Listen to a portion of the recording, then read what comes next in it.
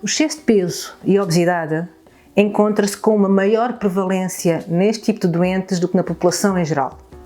Daí, um plano de tratamento na fibromialgia deverá incluir também uma estratégia de gestão de peso. Por exemplo, o excesso de peso promove um aumento da dor. Por outro lado, a dor promove um aumento do excesso de peso em ciclo vicioso, porque a dor implica um maior sedentarismo imposto pela própria dor, pela própria indicação que os doentes têm que ingerir e por outros fatores, nomeadamente fadiga, ansiedade, a depressão, leva tendencialmente a uma ingestão de um determinado tipo de alimentos chamados de compensação emocional, que são por norma mais calóricos, são alimentos de conforto. E daí vem o ciclo vicioso, em que o excesso de peso é um fator agravante e, por outro lado, também agravado.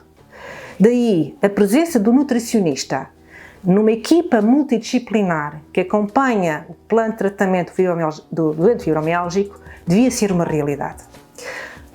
Quando um nutricionista acompanha um doente fibromialgico, deve também ter em consideração possíveis deficiências nutricionais que são comuns neste tipo de doentes. Segundo a literatura científica, as deficiências mais comuns são as de magnésio, vitamina D, zinco, selênio. E neste grupo de nutrientes estão aqui importantes antioxidantes que servem para nos defender do stress oxidativo. Daí, uma dieta de doente fibromialgico deve incluir obrigatoriamente alimentos ricos em antioxidantes que existem nas frutas, nos legumes de cores variadas, frutos secos, oleaginosas, no peixe e águas frias.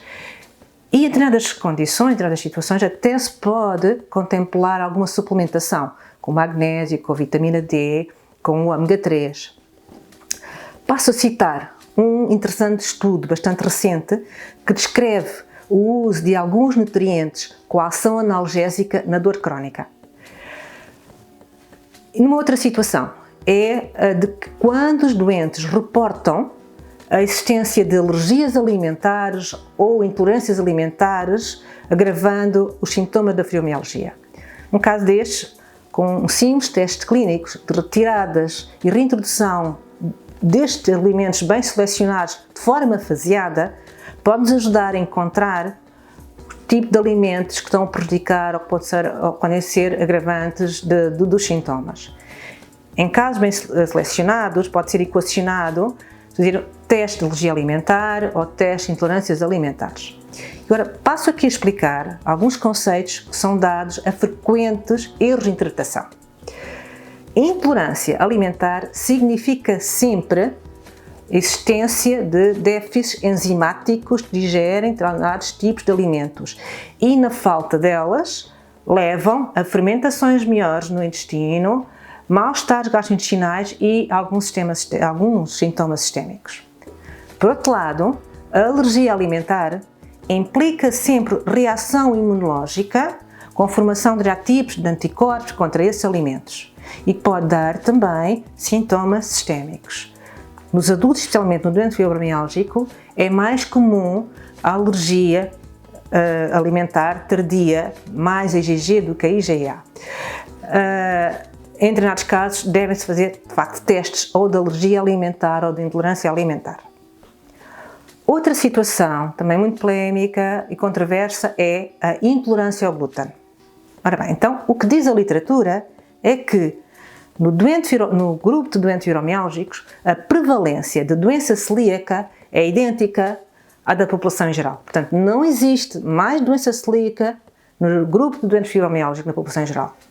No entanto, a dita sensibilidade ao glúten não celíaco é descrito na literatura por muitos autores e há relatos de excelentes melhorias clínicas com dietas implementadas com restrição ao glúten. Ora, quando se entra aqui, portanto, vamos ter aqui elementos confundidores nestas dietas que é difícil perceber se as melhorias são de facto devidas à restrição ao glúten ou outros componentes do trigo que também são ácidos poder dar sintomas. Temos, por exemplo, no trigo, temos as lectinas, temos os inibidores das proteases chamadas ATIs, temos os FODMAPs através das fructanas do trigo. Portanto, provavelmente estas melhorias clínicas com a restrição do glúten será mais pela eliminação, por exemplo, das fructanas do trigo. Daí, uma dieta implementada por um especialista em nutrição, eliminando o trigo, é equacionável e pode ser útil. Qualquer dieta deste género de eliminação deve ser sempre acompanhada com um profissional, nunca por iniciativa própria e sempre com bom acompanhamento.